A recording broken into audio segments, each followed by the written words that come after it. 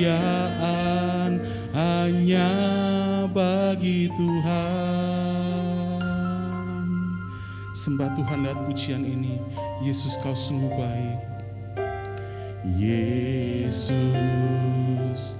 kau sungguh baik. Mari katakan, Yesus, namamu indah.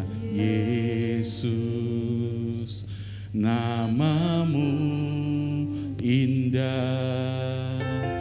Yesus, ku cinta kau selalu, ku tinggikan, ku agungkan selamanya.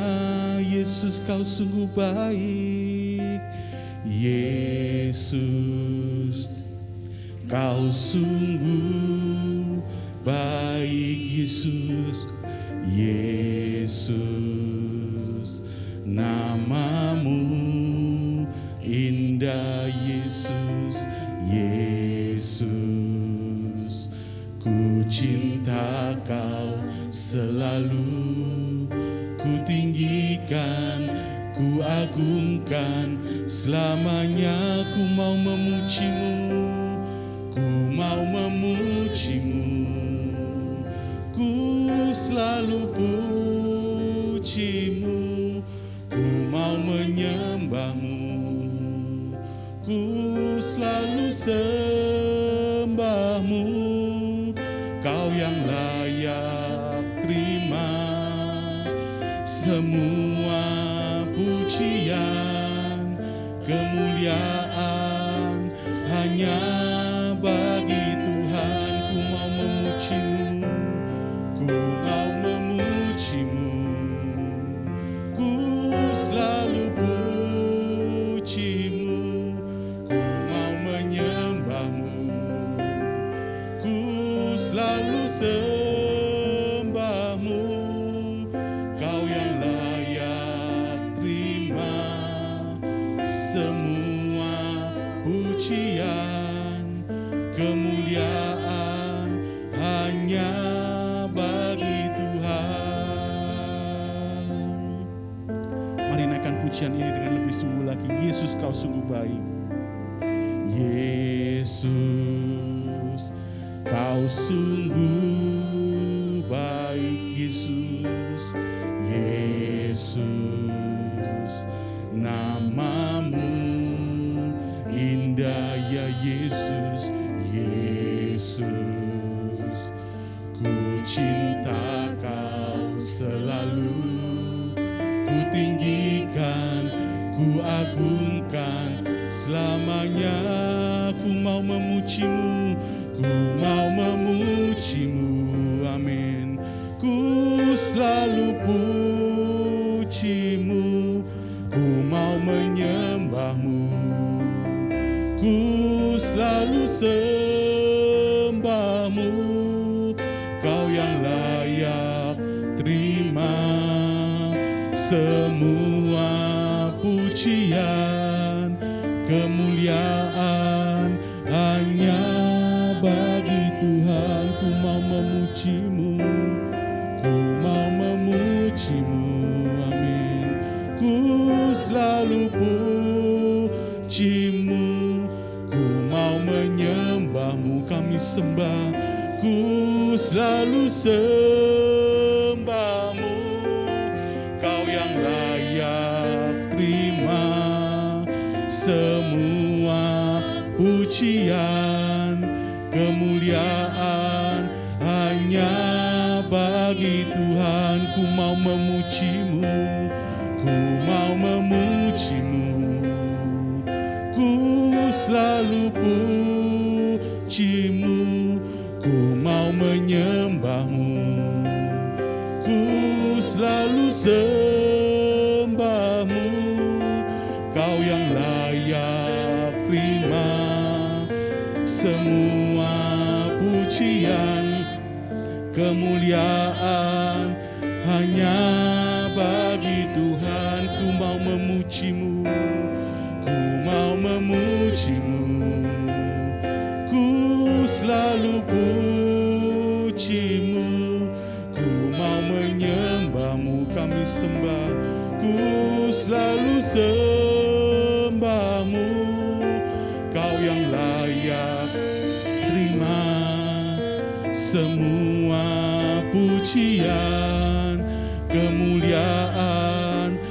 hanya bagi Tuhan. Ku mau memujimu, ku mau memujimu, ku selalu pujimu, ku mau menyembahmu, ku selalu sembahmu. Kau yang layak terima semua pujian, kemuliaan hanya bagi Tuhan. Ku mau memujimu, ku mau memujimu, ku selalu pujimu, ku mau menyembahmu, ku selalu sembahmu. Kau yang layak terima semua pujian, kemuliaan hanya bagi Tuhan. Ku mau memujimu, ku mau mari bersama-sama saya undang semua Tuhan, kita mau bangkit berdiri. Kita mau katakan kami selalu pujimu, kami selalu sembahmu Tuhan. Haleluya. Ku selalu sembahmu. Kau yang layak terima, amin, semua pujian, kemuliaan hanya bagi Tuhan. Ku mau memujimu, ku mau memujimu, ku selalu pujimu, ku mau menyembahmu, ku selalu sembahmu. Kau yang layak terima semua pujian, kemuliaan hanya bagi Tuhan. Mari semua Tuhan naikkan pujian ini. Ku mau memujimu, ku selalu pujimu, mau menyembahmu, ku selalu sembahmu. Kau yang layak terima semua pujian, kemuliaan hanya bagi Tuhan. Mari dengan lebih tinggi lagi naikkan pujian ini. Ku mau memujimu, ku mau memujimu, ku selalu pujimu, ku mau menyembahmu, ku selalu sembahmu. Kau yang layak terima semua pujian, kemuliaan hanya bagi Tuhan. Kau yang layak terima, kau yang layak terima semua pujian, kemuliaan hanya bagi Tuhan. Kau yang layak terima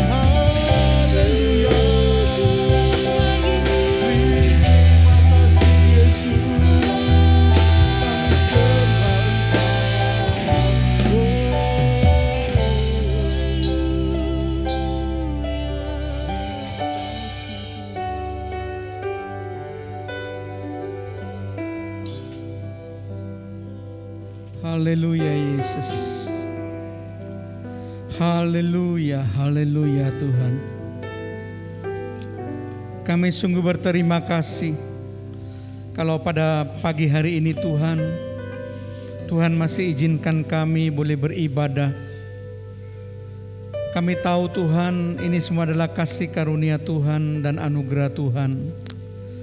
Biar kami boleh tetap bersemangat Tuhan, untuk kami terus membangun persekutuan kami dengan Tuhan. Kami tidak pernah undur Tuhan untuk senantiasa beribadah kepada Tuhan. Apalagi menjelang kedatangan-Mu yang kedua kali, kami harus semakin giat Tuhan untuk beribadah kepada Tuhan. Dan kami Tuhan Yesus berikan pada kami hati yang penuh sukacita, hati yang penuh damai sejahtera untuk memuji dan mengagungkan nama-Mu Tuhan.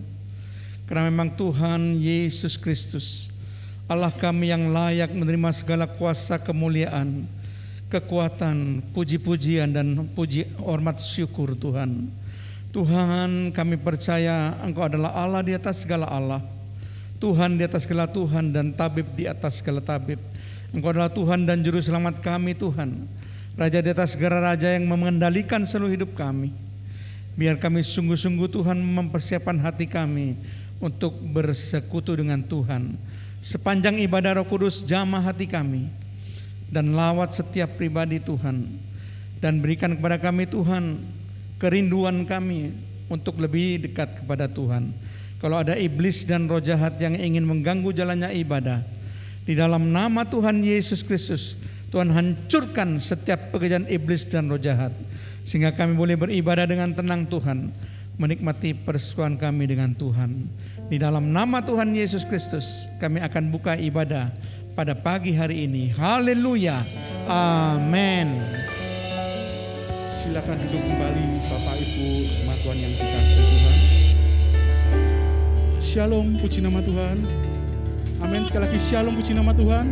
Sekali kita mau berikan sorak-sorai kemuliaan yang paling dahsyat buat Tuhan Allah kita. Haleluya. Seberapa banyak jemaat Tuhan bersuka cita pada pagi hari ini? Amin.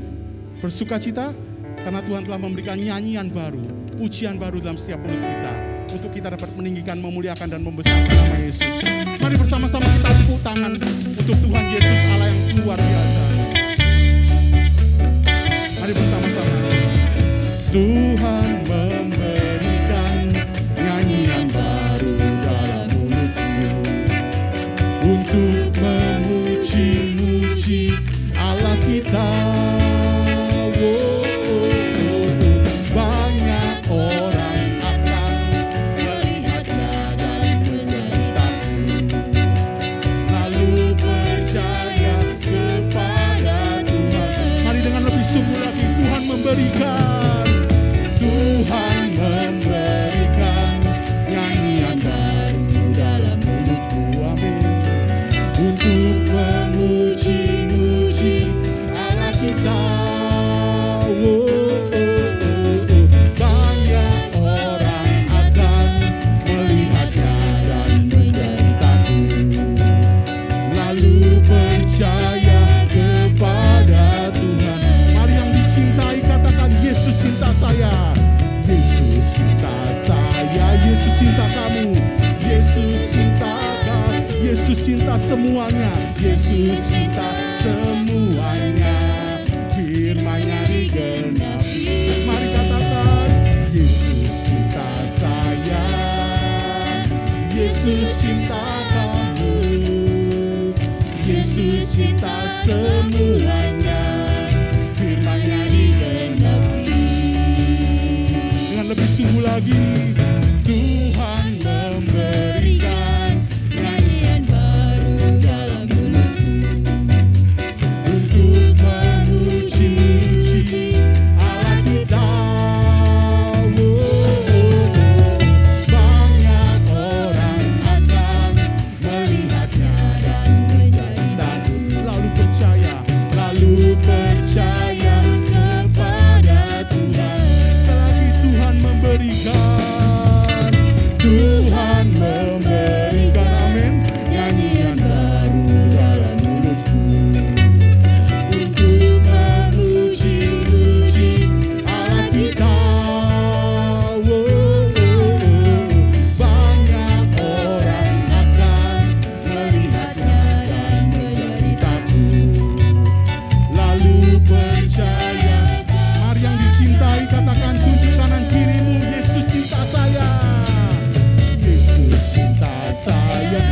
cinta kamu.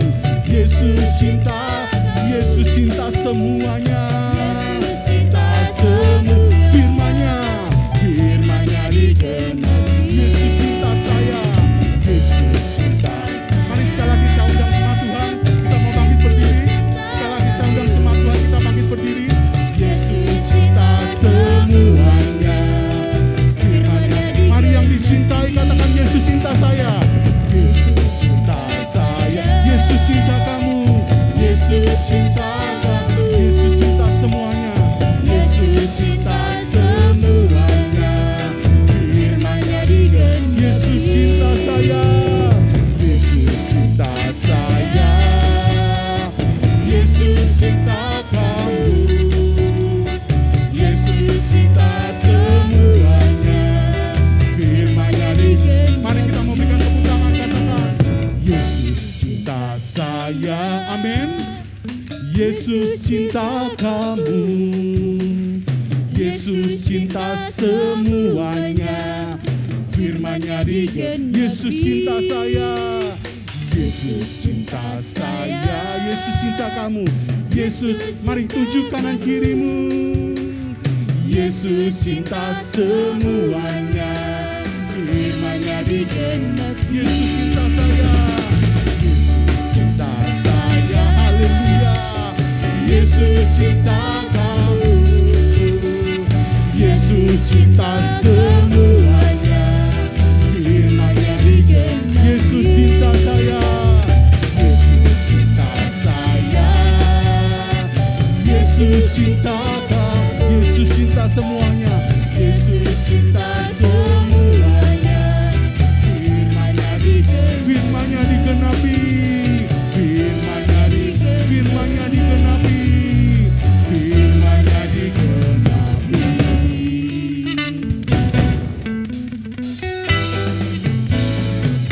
Mari berikan sorak-sorai kemuliaan yang paling dahsyat buat Tuhan Allah kita. Haleluya. Bukan hanya pujian dan nyanyian yang Tuhan telah berikan buat kita, tapi Tuhan telah menjadikan kita umat-Nya yang lebih daripada pemenang. Amin. Lebih dari pemenang. Haleluya. Mari dengan lebih sungguh lagi kita memberikan sorak-sorai kemuliaan, tepuk tangan yang meriah buat Tuhan Allah kita. Sebab Tuhan telah menjadikan kita umat yang lebih daripada pemenang. Haleluya. Haleluya.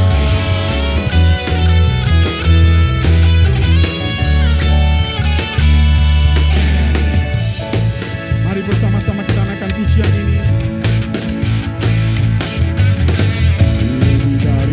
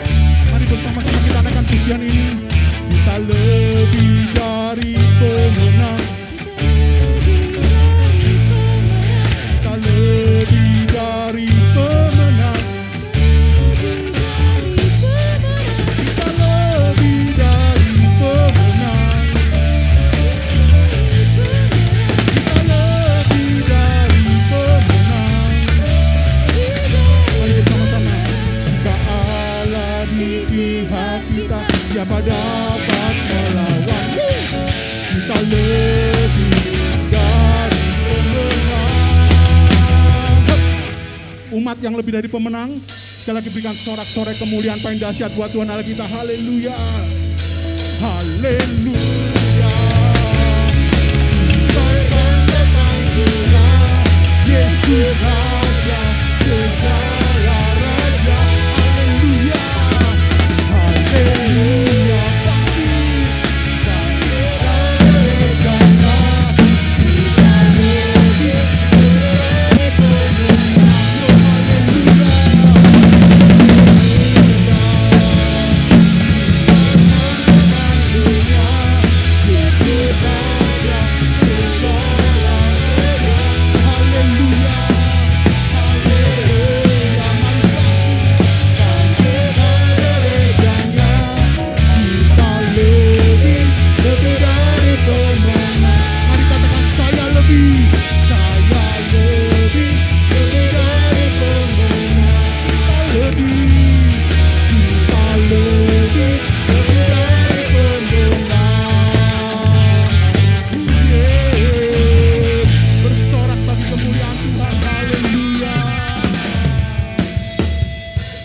Silakan duduk kembali Bapak Ibu jemaat Tuhan yang dikasihi. Sungguh pada pagi hari ini kita punya Tuhan Allah yang luar biasa, di mana setiap jawaban doa itu melebihi apa yang kita pikirkan, melebihi apa yang kita lihat. Tuhan sediakan bagi umatnya yang mengasihi. Mari pada kesempatan pagi hari ini kita mau naikkan ucapan syukur kita. Kita mau katakan Engkau sungguh baik Tuhan. Haleluya. Mari bersama-sama kita naikkan pujian ini. Lebih dari yang telah ku pinta, lebih dari yang telah ku pikirkan, semuanya Engkau sediakan dalam hidupku. Terima kasih Tuhan. Tidak dapat aku mengukurnya, atau dapat aku menghitungnya, atau dapat aku menghitungnya. Kebesaran kasih-Mu ya Tuhan yang Kau berikan. Mari naikkan pengucapan syukur. Ku bersyukur padamu, Kau Tuhan yang mengasihiku.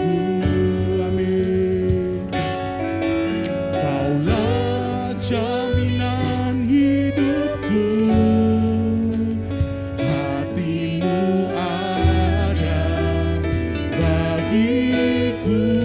Kami bersyukur, ku bersyukur padamu, Kau Tuhan yang mengasihiku. Kau jadikan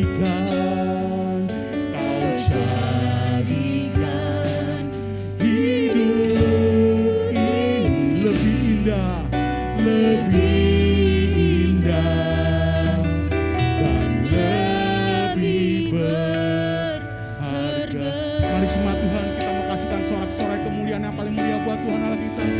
Lebih dari yang telah kami pinta, lebih dari yang telah ku pinta. Mari sembah Tuhan lewat pujian ini. Lebih dari yang telah ku pikirkan, semuanya Tuhan sediakan, semuanya Engkau sediakan dalam hidupku. Amin. Haleluya. Tidak dapat aku mengukurnya, atau dapat aku menghitungnya. Kebesaran kasih-Mu Tuhan, kebesaran kasih kasih-Mu ya Tuhan yang Kau berikan. Naikkan pengucapan syukur, kami bersyukur. Ku bersyukur padamu, kami bersyukur Kau Tuhan yang mengasihiku. Kaulah jaminan hidup kami, Kaulah jaminan hidupku.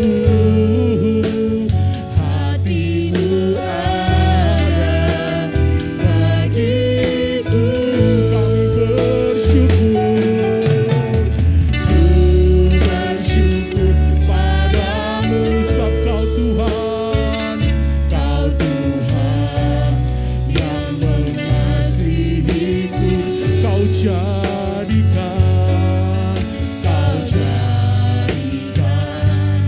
hidup ini lebih indah dan lebih berharga. Ku bersyukur.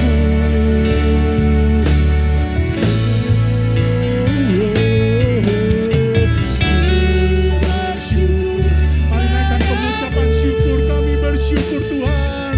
Kau Tuhan yang mengasihiku.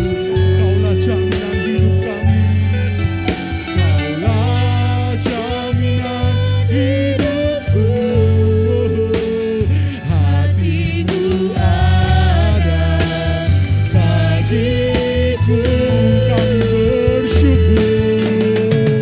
Ku bersyukur padamu sebab Kau Tuhan, Kau Tuhan yang mengasihiku. Kau jadikan hidup ini lebih indah dan lebih berharga. Mari dengan lebih tinggi lagi kami ku bersyukur. Ku bersyukur padamu, amin. Kau Tuhan yang mengasihiku. Kaulah jaminan hidupku. Hati-Mu ada Bagiku kami bersyukur. Ku bersyukur padamu, Kau Tuhan, Kau Tuhan yang mengasihiku. Kau jadikan hidup ini lebih indah dan lebih berharga. Mari katakan Kau jadikan hidup ini lebih indah dan lebih berharga. Sekali lagi katakan Kau jadikan hidup ini lebih indah dan lebih berharga.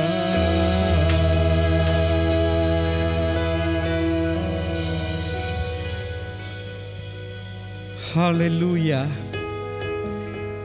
Haleluya Yesus. Terima kasih Tuhan. Kalau kami sudah memuji dan memuliakan nama-Mu, kami percaya setiap hati seluruh jemaat, baik yang ada di tempat ini Tuhan, maupun yang ada di rumah masing-masing, sudah seperti tanah yang subur, yang dibajak, yang siap menerima benih-benih firman-Mu Tuhan. Ketika firman-Mu ditaburkan, Kiranya firman itu tumbuh dan berbuah lebat dalam kehidupan kami, sehingga kami boleh menggunakan firman-Mu dalam kehidupan kami Tuhan, supaya setiap gerak langkah hidup kami disesuaikan dengan kebenaran firman-Mu. Roh Kudus memberikan pengertian-pengertian baru dan hikmat akal budi kepada seluruh jemaat Tuhan, sehingga kami percaya selama ibadah ini berlangsung Tuhan, setiap jemaat akan beracara dengan Tuhan secara pribadi. Roh Kudus berbicara secara pribadi kepada seluruh jemaat Tuhan, sehingga hidup kami boleh diubahkan oleh Tuhan. Dan kami percaya barang siapa yang sungguh-sungguh mau mendengarkan firman Tuhan, maka hidupnya akan diberkati oleh Tuhan. Terpujilah nama-Mu Tuhan, di dalam nama Tuhan Yesus Kristus. Haleluya. Amin. Shalom Bapak Ibu saudara sekalian, puji nama Tuhan. Pada pagi hari ini kita tetap mengucapkan syukur kepada Tuhan kalau kita boleh beribadah secara tatap muka.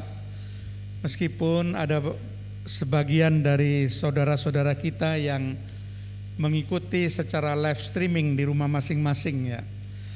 Tapi saya percaya bahwa apapun dan dimanapun, asal kita sungguh-sungguh membuka hati kita untuk firman Tuhan, maka tetap mereka akan diberkati dalam ibadahnya kepada Tuhan. Pada kesempatan pagi hari ini saya ingin mengambil satu judul firman Tuhan, yaitu belajar dari Apolos ya. Belajar dari Apolos.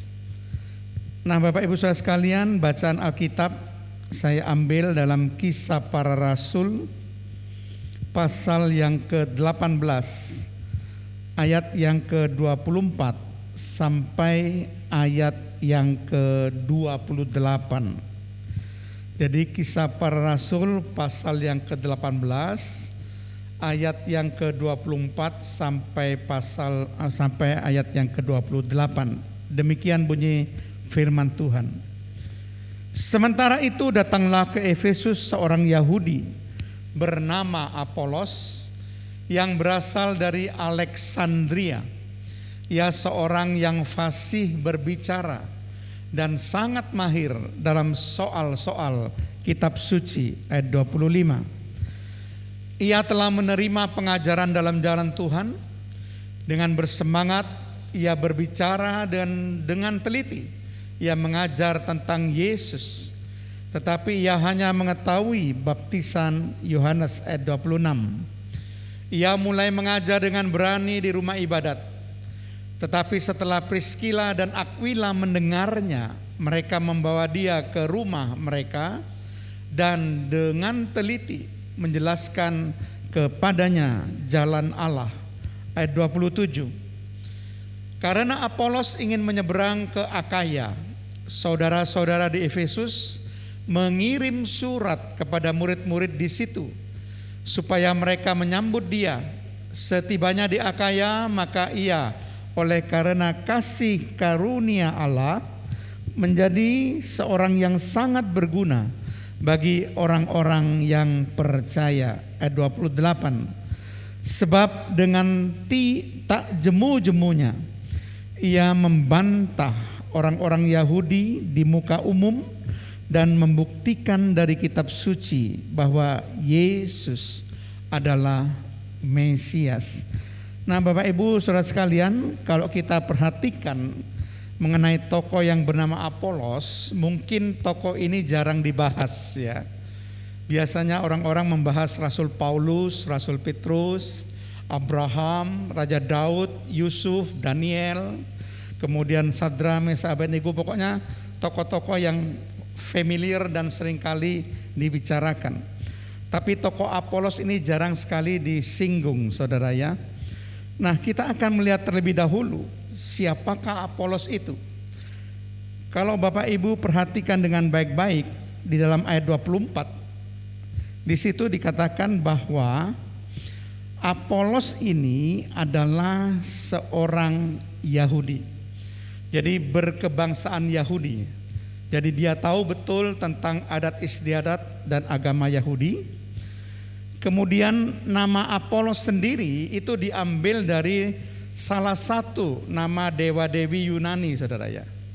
Kita tahu bahwa dalam mitos itu nama dewa-dewa Yunani yang sangat terkenal, yang selalu disebut misalnya dewa Zeus, kemudian dewa Hermes, dewa Poseidon ya, itu dewa lautan itu. Kemudian ada Dewi Hera, kemudian Aphrodite, kemudian Artemis, ada dewa Apollo. Nah, dari dewa Apollo ini diambil nama Apolos ini ya. Hanya sekedar nama, merupakan salah satu nama dewa Yunani. Dan Apolos ini berasal dari Alexandria. Ini kota pengajaran, ya, kota belajar. Itu terletak di Mesir, Bapak Ibu ya. Jadi kalau ke Alexandria itu ada universitas di situ yang banyak sekali memberikan pengajaran-pengajaran tentang ilmu-ilmu agama ya. Jadi betul-betul ini Apolos ini berlatar belakang yang terpelajar karena dia betul-betul belajar. Nah, kalau kita perhatikan di dalam 1 Korintus 3 ayat 5 sampai 6 misalnya, tidak perlu kita baca. Di situ ketika Rasul Paulus berada di jemaat Korintus, terjadi perselisihan dan perpecahan, dan Rasul Paulus menyinggung nama Apolos ini. Dia katakan, jadi apakah Apolos, apakah Paulus? Nah, dia katakan bahwa Apolos dan Paulus itu adalah pelayan-pelayan Tuhan. Ya, jelas dia seorang pelayan Tuhan dan diakui oleh Rasul Paulus yang melayani Tuhan dengan sungguh-sungguh.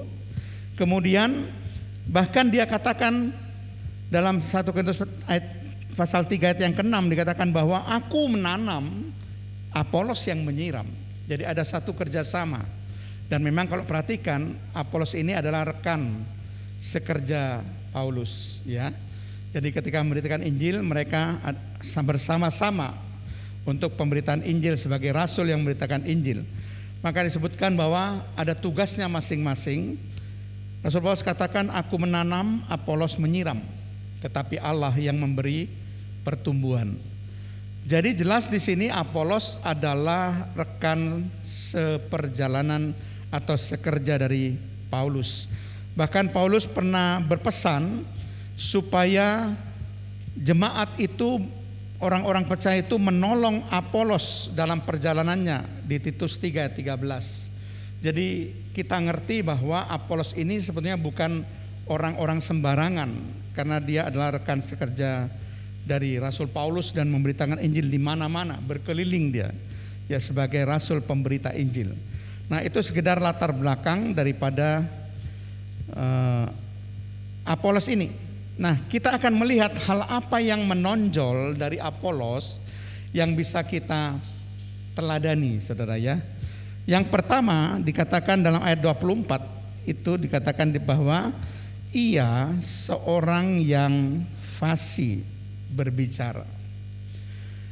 Jadi Apolos ini orang yang fasih berbicara. Kalau dalam bahasa Perjanjian Lama dikatakan fasih lidah, ya fasih lidah. Tapi tentu berbicaranya ini bukan berbicara sebarang pembicaraan atau kata-kata. Bahwa fasih berbicaranya itu digunakan untuk memberitakan Injil. Jadi perkataan-perkataan firman, perkataan-perkataan kebenaran itu yang selalu diucapkan secara fasih oleh Apolos ini untuk memberitakan kepada orang-orang. Jadi artinya kefasihannya itu dipakai untuk hal yang positif, untuk melayani Tuhan. Ada orang yang fasih berbicara tetapi untuk hal-hal yang tidak baik, Bapak Ibu. Ya, tetapi ini orang yang fasih berbicara untuk kepentingan pelayanan pemberitaan Injil. Jadi fasih berbicara tentang perkataan-perkataan kebenaran, ya. Saya percaya seperti apa yang dikatakan dalam Amsal 16 ayat yang pertama bahwa jawaban lidah itu berasal dari Allah bagi para pelayan Tuhan seperti Rasul Paulus dan Apolos. Jadi jawaban lidah kita ini saya percaya dipimpin oleh Roh Kudus, berasal dari Allah, bukan dari maunya kita sendiri. Karena Amsal 16 ayat pertama katakan bahwa jawaban lidah itu berasal pada Tuhan, bukan dari kita sendiri. Bagi seorang pelayan Tuhan itu yang paling penting. Roh Kudus memberikan hikmat untuk mengatakan apa yang harus dikatakan kepada orang itu dengan hikmat daripada Roh Kudus. Bahkan Amsal juga menyinggung dalam 16 ayat 10 bahwa keputusan dari Allah itu ada di bibir raja. Jadi para pelayan Tuhan itu juga disetarakan dengan seorang raja ketika Allah memberikan keputusan-keputusannya yang harus diucapkan. Karena Allah mengakui keputusan dari Allah itu ada di bibir raja. Di dalam Amsal 16 ayat 10. Jadi para pelayan Tuhan yang diberikan oleh Allah untuk menyampaikan keputusan daripada Allah untuk disampaikan pada jemaat itu tidak ubahnya seperti seorang raja. Jadi golongan yang terhormat, golongan yang betul-betul di mata Allah, bukan hanya golongan biasa yang betul-betul dihormati, saudara ya. Jadi betul sekali fasih berbicara, fasih lidah itu harus kita gunakan untuk kepentingan pekerjaan Tuhan. Untuk kepentingan yang baik, yang positif supaya nama Allah dipermuliakan. Dan saya percaya Allah akan memberikan perkataan-perkataan kebenaran itu di dalam lidah kita untuk disampaikan kepada setiap orang di mana kita memberitakan Injil. Ya, Bapak Ibu sekalian, saya percaya di antara Bapak Ibu mungkin diberikan karunia fasih lidah, fasih berbicara, sangat pandai sekali berbicara. Kadang-kadang orang berbicara itu bisa begitu menarik, membuat orang bisa mendengarkan, bisa betul-betul bisa diam untuk mendengarkan karena cara bicaranya bagus, cara berceritanya bagus sehingga orang menjadi tertarik. Ya, ada yang seperti itu ya. Tapi ada juga orang yang berbicara membosankan.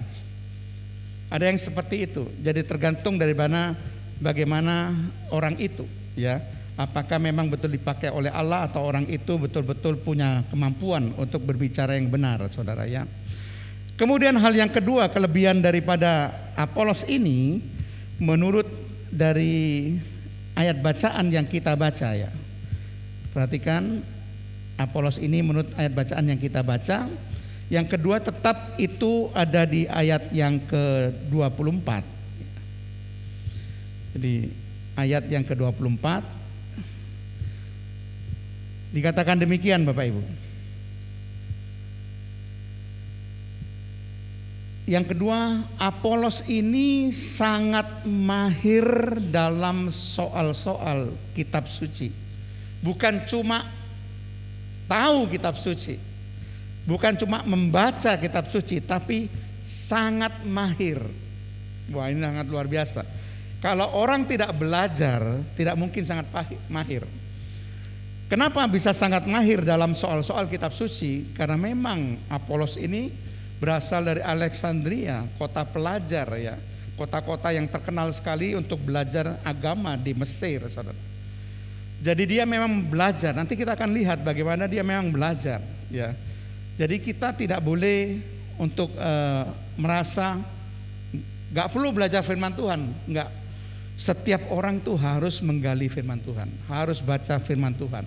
Paling tidak baca, renungkan, dan kita terapkan dalam kehidupan kita. Kalau Bapak Ibu ingin meningkatkan wawasan pengetahuan teologi, ya boleh sekolah Bapak Ibu. Karena sekolah itu tidak mengenal usia. Jadi saudara, jadi sepanjang hidup kita ini belajar. Jadi dikatakan kehidupan ini adalah tempat kita bersekolah seumur hidup. Ya. Jadi tidak ada masa untuk kita tidak belajar. Selalu belajar terus sampai seumur hidup kita. Sehingga karena belajar terus, akhirnya dikatakan bahwa Apolos sangat mahir dalam soal-soal kitab suci. Jadi tentu saja kalau kita mahir dalam kitab suci, kita bisa menasihati orang dengan ayat-ayat firman yang benar. Selain itu, kita juga bisa meyakinkan para penentang-penentang kita dengan dasar kebenaran firman Tuhan. Karena kita mahir dalam kitab suci, tahu ayat yang mana yang akan dipakai untuk membela diri atas iman kita kalau mereka mempertanyakan kepada kita. Untuk menjawab dari tuduhan-tuduhan orang-orang yang menentang kita, itu kita bisa menjawabnya. Ya, misalnya saya berikan salah satu contoh, Bapak Ibu. Seringkali ketika saya berhadapan dengan kelompok orang-orang itu mempertanyakan begini, kenapa ya kalau Allah orang Kristen itu menjadi manusia, Allah orang Kristen itu menjadi manusia, apakah tidak merendahkan Allah, katanya dia. Masa Allah jadi manusia? Allah itu kan maha kuasa, Allah itu kan maha sempurna, Dia maha segala-galanya, lalu Dia menjadi manusia.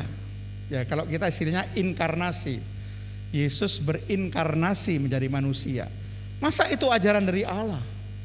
Berarti kita tidak menghormati dari Allah. Nah, kalau kita tidak mengerti firman Tuhan, mungkin kita nggak bisa jawab, Bapak Ibu. Orang menganggap tidak menghormati Allah karena menyamakan Allah dengan manusia. Tetapi kalau kita bisa menjawab, maka kita akan memberikan jawaban bahwa Yesus menjadi manusia itu justru ajaran dari Allah. Kalau kita tidak mengakui Yesus menjadi manusia, itu bukan ajaran dari Allah. Ya, ini kita baca saya satu ayat ya, supaya kita tahu paling tidak kita harus mahir di dalam kitab suci ya.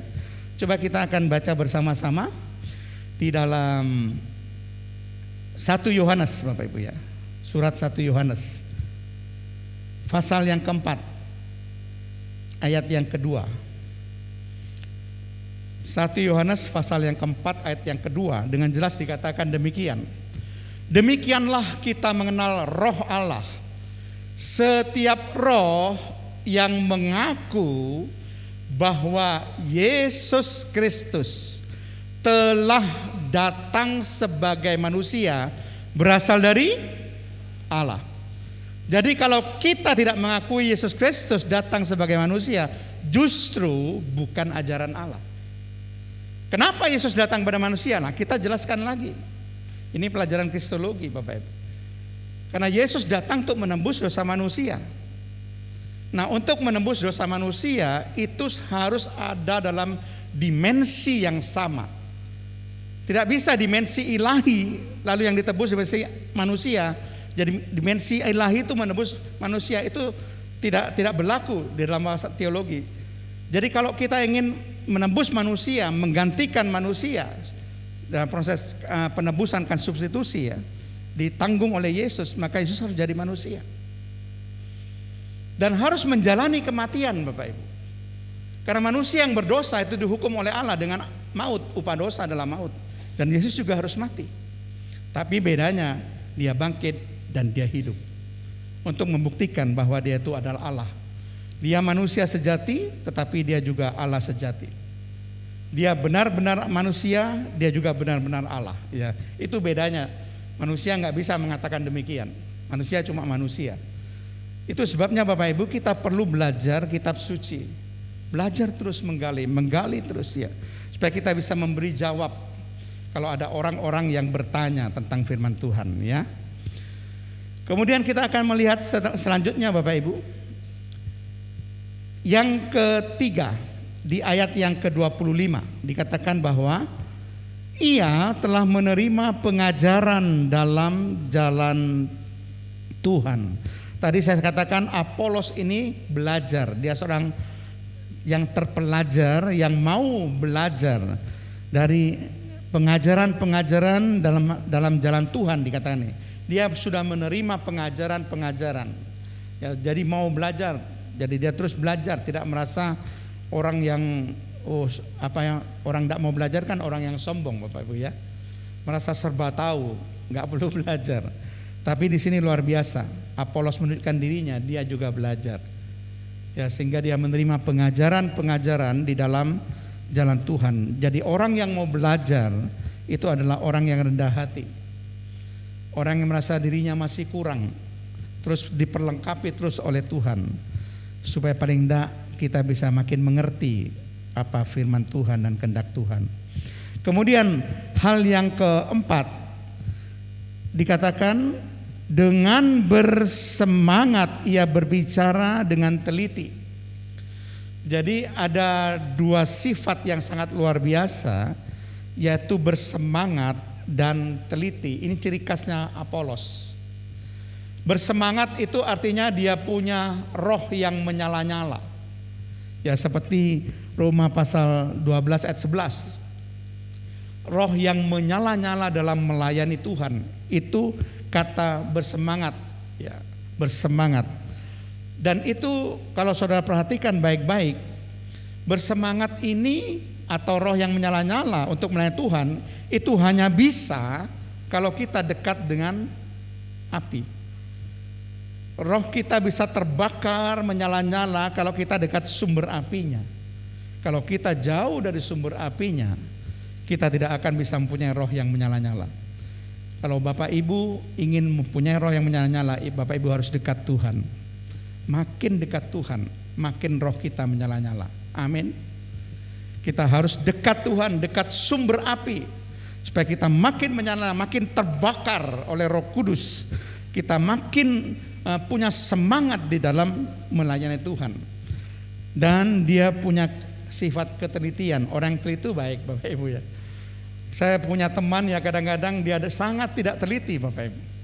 Kadang-kadang dia kalau menyusui itu aja kadang-kadang nggak sadar kalau lebih, dia nggak sadar kalau kurang juga dia tidak sadar. Jadi dia sembarangan begitu ya, jadi tidak begitu teliti. Ada teman saya yang seperti itu. Bukan dia tidak bisa, bukan, memang sifatnya yang terlalu meremehkan dan tidak menganggap penting segala sesuatu dan tidak teliti dalam setiap melakukan pekerjaan, sehingga ada saja yang terlewat, Saya punya teman yang model seperti itu. Tapi ada teman yang sangat teliti, satu-satu dicatat, langkah-langkahnya, jadi tidak ada satupun yang kelewat. Jadi semua boleh tugas-tugas itu tidak ada satupun yang kelupaan. Karena apa? Karena ketelitiannya yang sangat luar biasa. Demikian juga ketika mengerjakan soal-soal di sekolah, dia periksa sampai berulang kali. Sehingga nilainya menjadi nilai yang biasanya tinggi-tinggi. Biasanya tidak ada yang di bawah 9 ke atas. Itu teman sekelas saya, Bapak Ibu. Waktu saya di SMA, sangat teliti sekali. Jadi itu merupakan daya dorong bagi saya yang satu kelas untuk bersaing. Tapi memang kami berteman baik, sekalipun kami secara mata pelajaran bersaing, tapi kami berteman baik. Di luar pelajaran kami berteman baik. Ya, kami tidak merasa itu musuh kami, enggak. Ya. Jadi itu adalah sesuatu yang harus kita angkat ya. Boleh kita itu bersaing secara positif, Bapak Ibu ya. Artinya kita mau meningkatkan prestasi kita, sama-sama meningkatkan prestasi. Dia memang orang yang sangat teliti, Bapak Ibu. Oke, kemudian yang kelima, perhatikan di ayat yang ke-25 juga dikatakan ia mengajar tentang Yesus. Ingat, pusat pemberitaan daripada Rasul Apolos ini selalu ke arah Yesus. Kalau Bapak Ibu menginjil, ingat baik-baik, satu kunci. Apa yang Bapak Ibu beritakan? Penginjilan yang berhasil itu kalau berpusat kepada Yesus. Yesus yang diberitakan, baru penginjilan kita bisa berhasil. Dan Apolos juga sama. Ketika dia menginjil kemana-mana, yang diberitakan cuma satu, tentang Yesus, bukan tentang dirinya, bukan tentang pengalamannya, tetapi tentang Yesus yang dia dibicarakan ya, yang diberitakan terus. Kemudian saudara, dan yang keenam di ayat yang ke-26, ia mulai mengajar dengan berani di rumah ibadat. Selain dia bersemangat dan teliti, dia juga seorang yang berani. Ya, artinya berani memberitakan kebenaran. Ada orang yang mengatakan begini, jangan takut dibenci karena kebenaran. Belilah kebenaran dan janganlah menjualnya. Jadi itu Mas Amsal katakan, belilah kebenaran, jangan menjualnya. Jangan takut dibenci karena kebenaran. Galatia katakan, apakah dengan memberitakan kebenaran aku lalu jadi musuhmu? Orang menganggap kita musuh karena kita memberitakan kebenaran, tidak masalah. Sepanjang Allah tidak menganggap kita musuh. Apa yang kita beritakan kebenaran, orang anggap kita musuh tidak masalah. Karena titik pusat kita bukan pada manusia. Titik pusat kita itu pada Allah. Kita memberitakan Injil untuk menyenangkan Allah, bukan menyenangkan manusia. Tidak boleh kompromi tentang kebenaran. Kita harus menyatakan kebenaran. Apa yang dikatakan oleh firman Tuhan itu yang harus kita beritakan. Ya, tidak boleh kompromi dengan hal-hal yang ada di dunia ini. Kemudian dikatakan di sini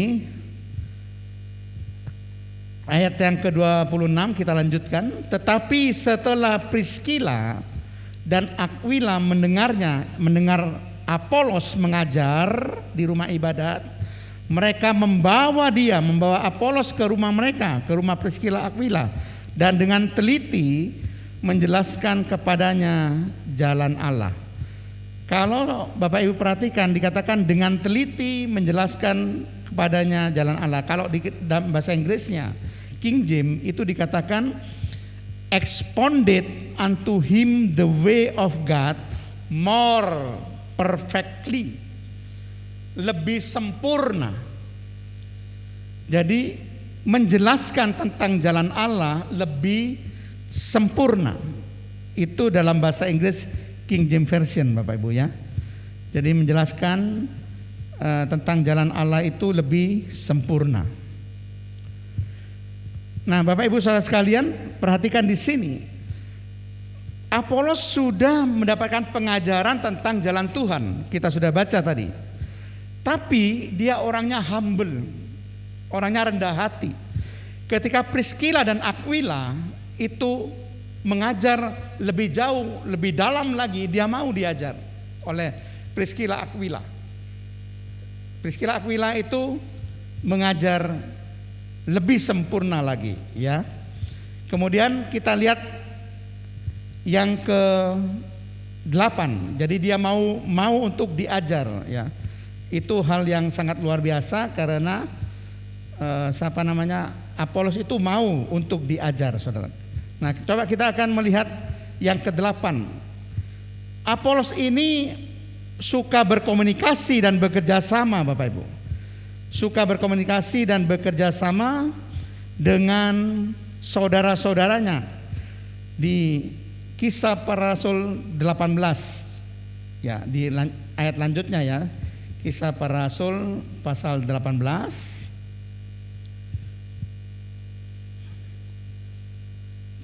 Di selanjutnya ayat yang ke-27. Di situ dikatakan karena Apolos ingin menyeberang ke Akaya, saudara-saudara di Efesus mengirim surat kepada murid-murid di situ di Akaya. Jadi murid-murid di Efesus itu mengerti kalau Apolos mau pelayanan di Akaya. Dan saudara-saudara murid-muridnya itu, saudara-saudara itu menulis surat pada murid-murid di Akaya. Berarti ada komunikasi, ada kerjasama dengan saudara seiman, sehingga dia ditolong oleh saudara-saudaranya, ditulis supaya disambut oleh saudara-saudara di Efesus.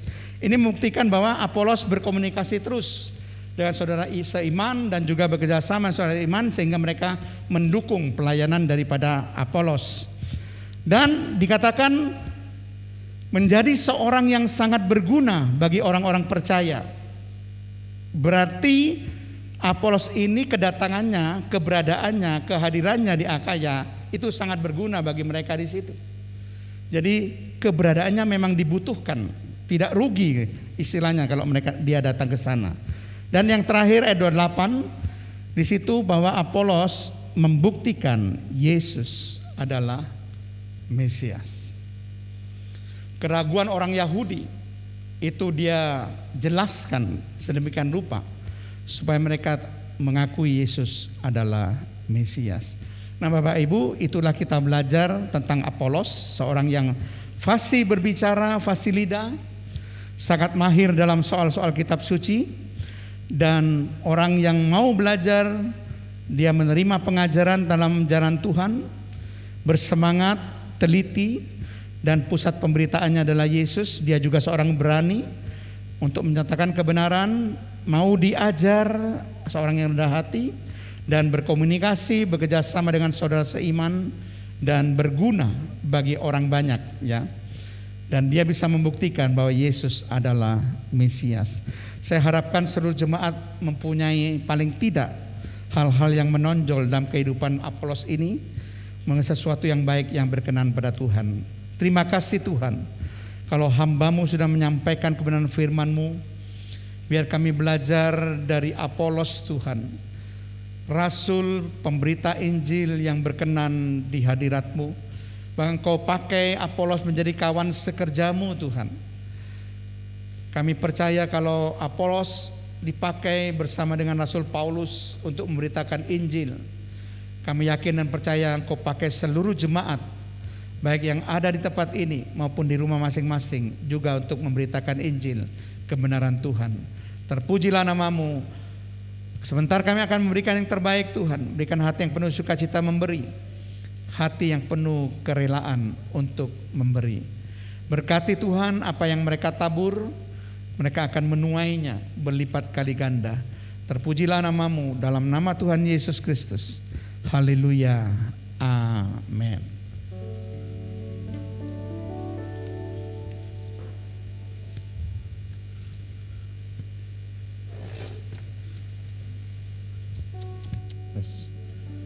Saatnya tiba bagi kita untuk memberikan persembahan yang terbaik buat pelebaran kerajaan surga.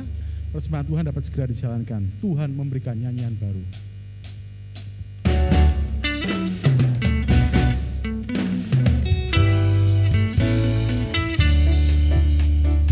Mari bersama-sama naikkan. Tuhan memberikan nyanyian baru dalam mulutku untuk memuji Allah kita. Banyak orang akan melihatnya dan menjadi takut, lalu percaya kepada Tuhan. Tuhan memberikan nyanyian baru dalam mulutku untuk memuji-muji Allah kita. Banyak orang akan melihatnya dan menjadi takut, lalu percaya kepada Tuhan. Yang dicintai Tuhan katakan, Yesus cinta saya. Yesus cinta saya.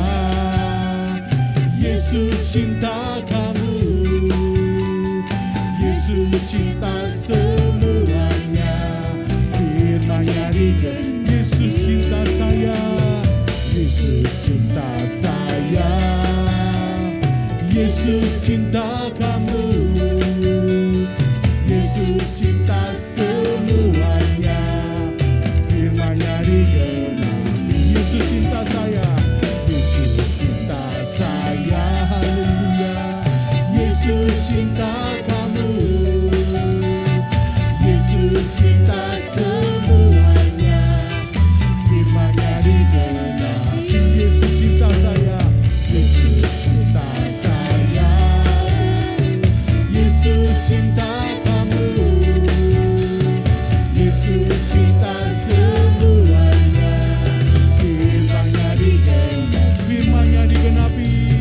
Firman-Nya digenapi. Firman-Nya digenapi. Firman-Nya digenapi.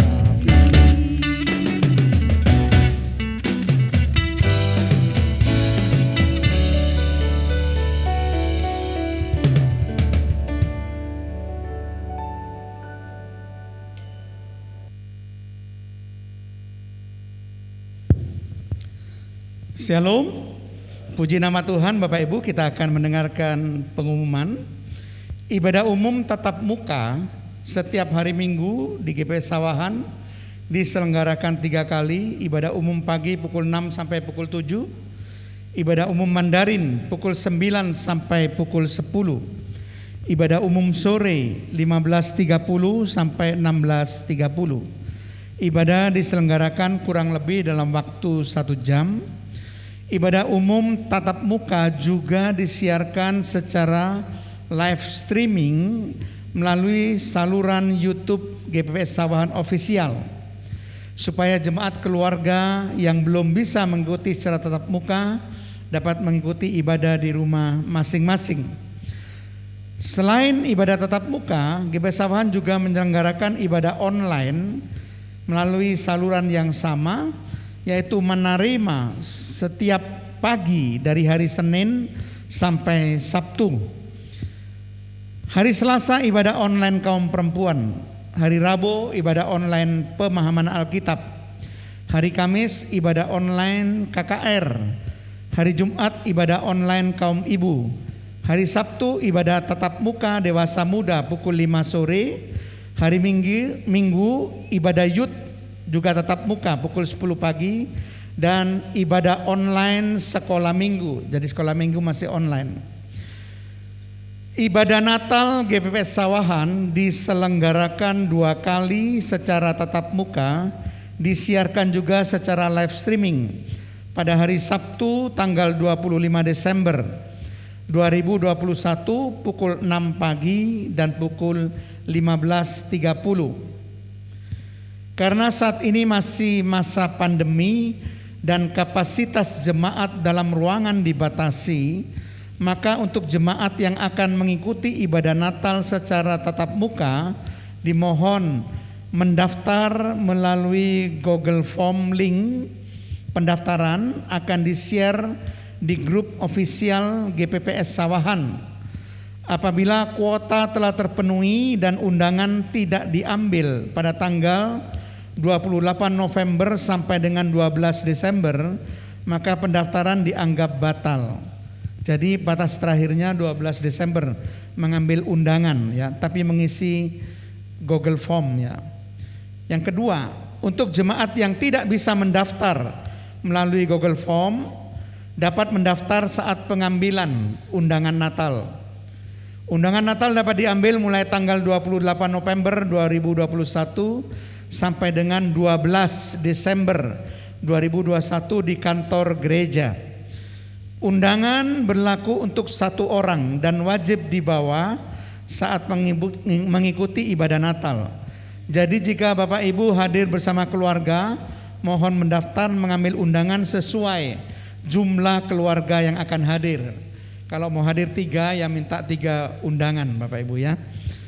Jemaat yang belum bergabung di grup Jemaat GPPS Sawahan dapat menginformasikan ke WA 0822 33 033 123 supaya kalau ada informasi dan pengumuman dapat segera sampai kepada jemaat.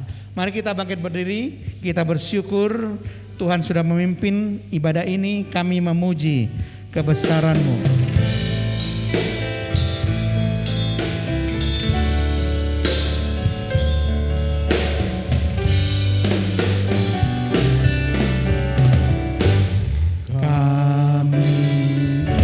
Memuji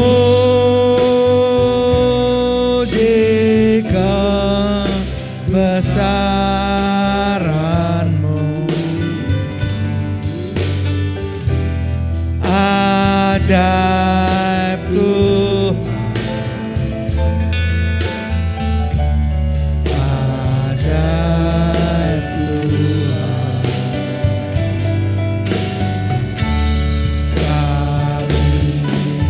Memuji kebesaran-Mu, ajaib Tuhan, ajaib Tuhan. Kami memuji kebesaran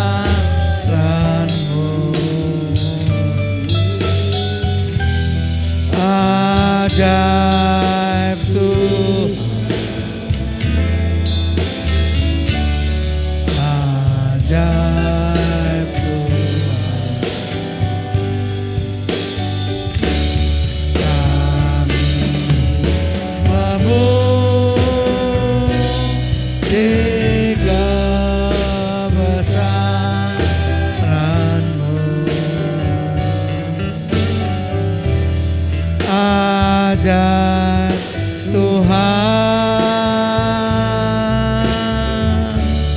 ajaib Tuhan, ajaib Tuhan,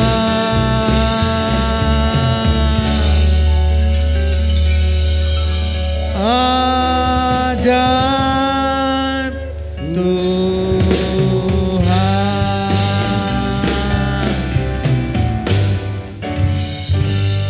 Haleluya Yesus. Terima kasih Tuhan. Tuhan sudah memimpin ibadah ini dari permulaan sampai pada akhirnya. Kami percaya Tuhan, Engkau sudah memberkati seluruh jemaat. Mereka yang beribadah mengutamakan Tuhan, Tuhan akan berkati berlimpah-limpah Tuhan. Demikian juga Tuhan Yesus Kristus, setiap persembahan persepuluhan yang diberikan oleh jemaat, kiranya Tuhan Engkau berkati berlipat kali ganda Tuhan. Tuhan, kiranya Engkau berkati segala apapun yang dikerjakan oleh jemaat dibuat menjadi berhasil Tuhan. Tuhan, kami juga berdoa buat negara kami Republik Indonesia. Bapak Presiden, Wakil Presiden dan para kabinet, bahkan TNI Polri Tuhan, agar para pemimpin negara kami ini bisa memimpin negara Indonesia untuk mencapai masyarakat adil dan makmur, material dan spiritual Tuhan. Bahkan 4 pilar kebangsaan tetap berdiri tegak, baik Pancasila, UUD 45, NKRI dan Bhinneka Tunggal Ika. Dan sekarang hamba-Mu berdoa berkat bagi seluruh jemaat. Di dalam nama Tuhan Yesus Kristus, Tuhan berkati jemaat yang ada di tempat ini maupun yang mengikuti di rumah masing-masing. Berkati segala usaha, segala pekerjaan jemaat Tuhan. Di dalam nama Tuhan Yesus berkati segala pelayanan jemaat. Dalam nama Tuhan Yesus berkati jemaat dengan kesehatan ilahi. Berkati jemaat Tuhan dengan umur yang panjang Tuhan. Berkati jemaat dengan pemeliharaan Allah yang sempurna. Berkati jemaat dengan perlindungan daripada Allah. Dan berkati jemaat dengan penyertaan dari Allah sampai selama-lamanya.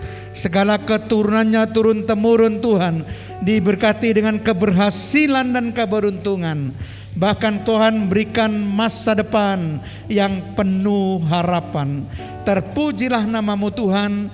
Kasih karunia daripada Allah Bapa, cinta kasih Allah Putra, serta persekutuan Allah Roh Kudus memberkati dan menyertai kami semuanya, mulai pagi hari ini dan sampai selama-lamanya. Dalam nama Tuhan Yesus Kristus, jemaat yang percaya sudah diberkati. Mari katakan dengan iman, amin. Selamat pagi, Tuhan Yesus Kristus memberkati Bapak Ibu.